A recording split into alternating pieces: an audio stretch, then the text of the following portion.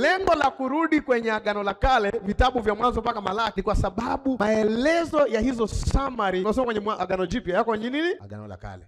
Na ndo maana ni mbaya kuhisi ukisoma Agano Jipya peke yake utaelewa Biblia. Ni uongo. Unajua ni uongo Ni uongo.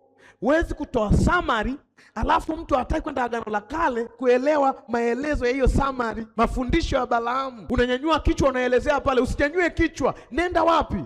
Hesabu 22. Abraham alihesabiwa haki kwa imani. Wapi? Nenda Mwanzo 12 mpaka 20 ngapi pale. Soma story yake yote. Wakati mwingine unatakiwa usome Biblia kwa mikato. Soma story ya Ibrahimu yote. Sawa Soma ya Isaka yote, sio mistari tu.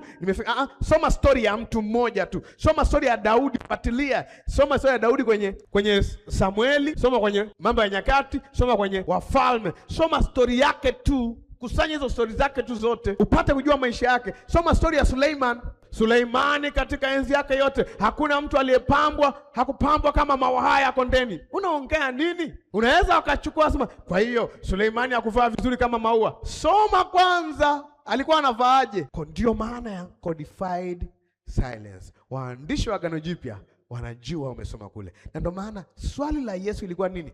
Hamkusoma?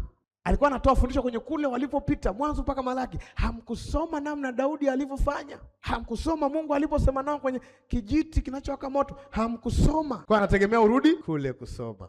Kwa hiyo huwezi kuishia Mathayo mpaka Ufunuo ukasema wanalofundisha na Biblia. Kwa tunaweza tukasema Agano Jipya ni summary ya Agano la Kale. Ndio maana Agano la Kale ni kubwa kuliko nini? Agano Jipya.